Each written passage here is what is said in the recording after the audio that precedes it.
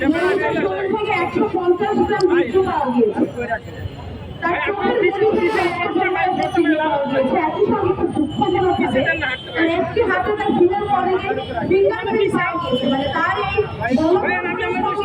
একটা নারীও যুক্ত ছিল যে সাহায্য করে গিয়েছে।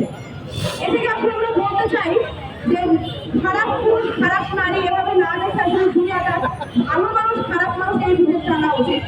নবীদের সাথে যে ঘটনা ঘটে গিয়েছে এরকম ঘটনা যে ভারতেই প্রথমবার বা বাংলাদেশে আমরা কখনোই দেখিনি এমন না।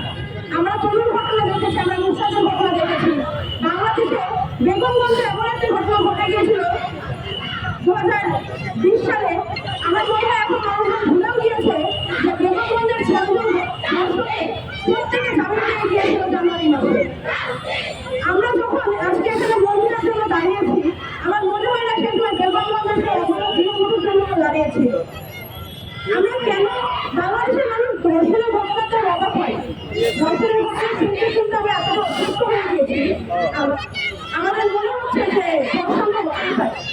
আপনারা অনেকে জানেন কিনা আমি জানি না, বহু ধর্ষণ আছে যারা ধর্ষণকে কোনো অপরাধ বলে মনে করে। এরা ঠিক যেন নারীর প্রতি হিংসার একটু কর্তব্য দেখানো কিংবা একটু বেচাল চলা নারীকে একটুখানি শাস্তি দেওয়ার প্রবণতা থেকে এই ধর্ষণের মধ্যে ঘটনা ঘটানো হচ্ছে। নারীর প্রতি যদি সমাজের এই দৃষ্টিভঙ্গি না পাল্টায়, সমাজ যখন আমি বলছি তখন শুধু পুরুষকে বোঝাচ্ছি না, সমাজ যখন বলছি আমি তখন সমাজের নারী পুরুষ উভয়কে বোঝাচ্ছি। একটা নারী আপনারা দেখবেন যে মানে একটা এলাকার মধ্যে যে একটা মেয়ে একটু মডার্ন পোশাকে বের হয়, এলাকার বয়স্ক মহিলারা তাকে নিয়ে ফোন করে, তাকে নিয়ে খারাপ কথা বলে। গতকালকের ঘটনা আমি জানি না আপনারা দেখেছেন কিনা, একটা মেয়ে বাসের মধ্যে ভীষণভাবে ম্যাচ ট্রেনিং শিকার হচ্ছিল। সে যখন সেখানে ছবি দিয়েছে সবাই মানে বিভিন্ন বিখ্যাত প্লেসটাকে সাথে হোল সাথে ফ্লাড এই ধরনের শব্দ ব্যবহার করেছে তার নামের বিষয়ে।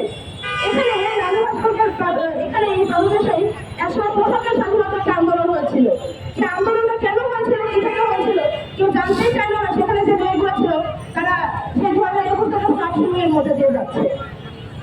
ধর্ষণ শুধুমাত্র মহিলাদের মতো করে হলেই যে ধর্ষণ হবে ব্যাপারটা এমন না। মহিলাকে এমন ভাবে ধর্ষণ করা হলে পেলভিসের হাড় ভেঙে গিয়েছে। এখানে অনেকজন পুরুষ উপস্থিত আছেন, কেউ উত্তর দিতে পারবেন যে পেলভিসের হাড় ভাঙার জন্য কতখানি জোর দেওয়া লাগে? তনুর চোখ খুঁজে নেওয়া হয়েছিল। কতখানি নৃশংসতা থাকলে একটা মেয়ের চোখ খুঁজে নেওয়া যায়? গলার হাড়ে কতখানি চাপ দিলে চোখের মনি থেকে রক্ত বের হয়ে আসতে পারে? আমি মনে করি মহিলাদের সাথে আজকে যেটা হচ্ছে এটা প্রমাণ করে দিচ্ছে, আমাদের জন্য আন্দোলনে প্রমাণ করে দিচ্ছে যে নারীদের অবস্থানটা সমাজে কোথায় এসে গিয়েছে।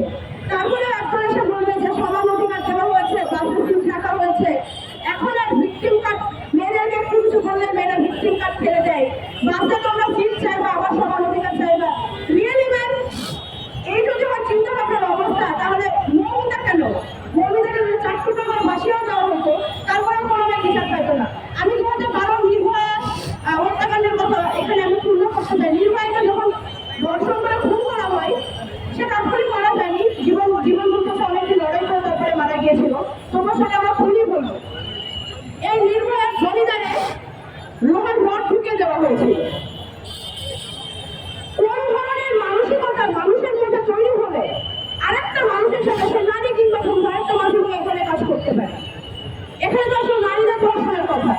আপনারা নিজেদের এরিয়াতে, নিজেদের পেরিফেরিতে, নিজেদের বন্ধুদের জিজ্ঞেস করবেন, ছোট ভাইদের জিজ্ঞেস করবেন, তারা জীবনে কতবার ব্যাটটাচের শিকার হয়েছে। একটা বাচ্চা ছেলেকে জিজ্ঞেস করে দেখবেন তারা জীবনে কতবার বলাৎকারের ভয়ের মধ্যে দিয়ে গিয়েছে। ধর্ষকের কাছ থেকে নারী, পুরুষ, শিশু, বৃদ্ধ কেউ নিরাপদ না। ধর্ষককে নারী হিসেবে, পুরুষ হিসেবে, ক্ষমতাসীন হিসেবে দেখা বন্ধ করে যতদিন না শুধুমাত্র ধর্ষক এবং অপরাধ হিসেবে দেখা শুরু হবে ততদিন না ভারতে, না বাংলাদেশে, না ভিয়েতনামে, না চাইনায় কোনো জায়গায় ধর্ষণের বিচার হবে না। ধর্ষণের সর্বোচ্চ শাস্তি দেওয়া আছে মৃত্যুদণ্ড। আমাকে একটু আপনারা মনে করে বলুন শেষ কবে বাংলাদেশে ধর্ষণের অপরাধে মৃত্যুদণ্ড সম্মুখীন হতে দেখেছিলেন? আইন আছে কিন্তু বিচার নাই। যখন বিচার চাওয়া হয় তখন বলা হয় আমরা তো আইন করেছি, আর কি আইন করতে পারি? আইনটা করা হয় কিন্তু বিচারটা করবে কে? আর এই বিচার যদি জনগণ নিজের হাতে তুলে নেয় তখন সেখানে চলে আসে মব জাস্টিস, নিরপেক্ষ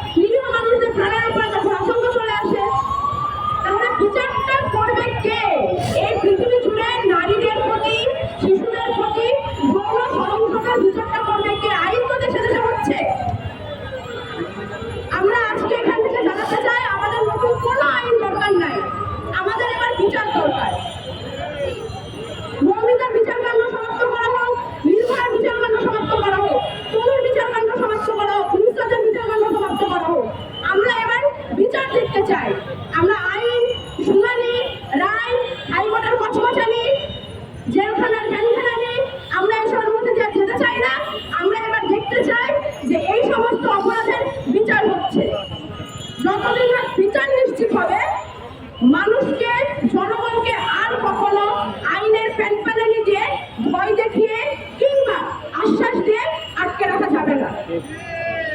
মৌমিতার পুরো শরীর জুড়ে ছিল আঘাতের চিহ্ন।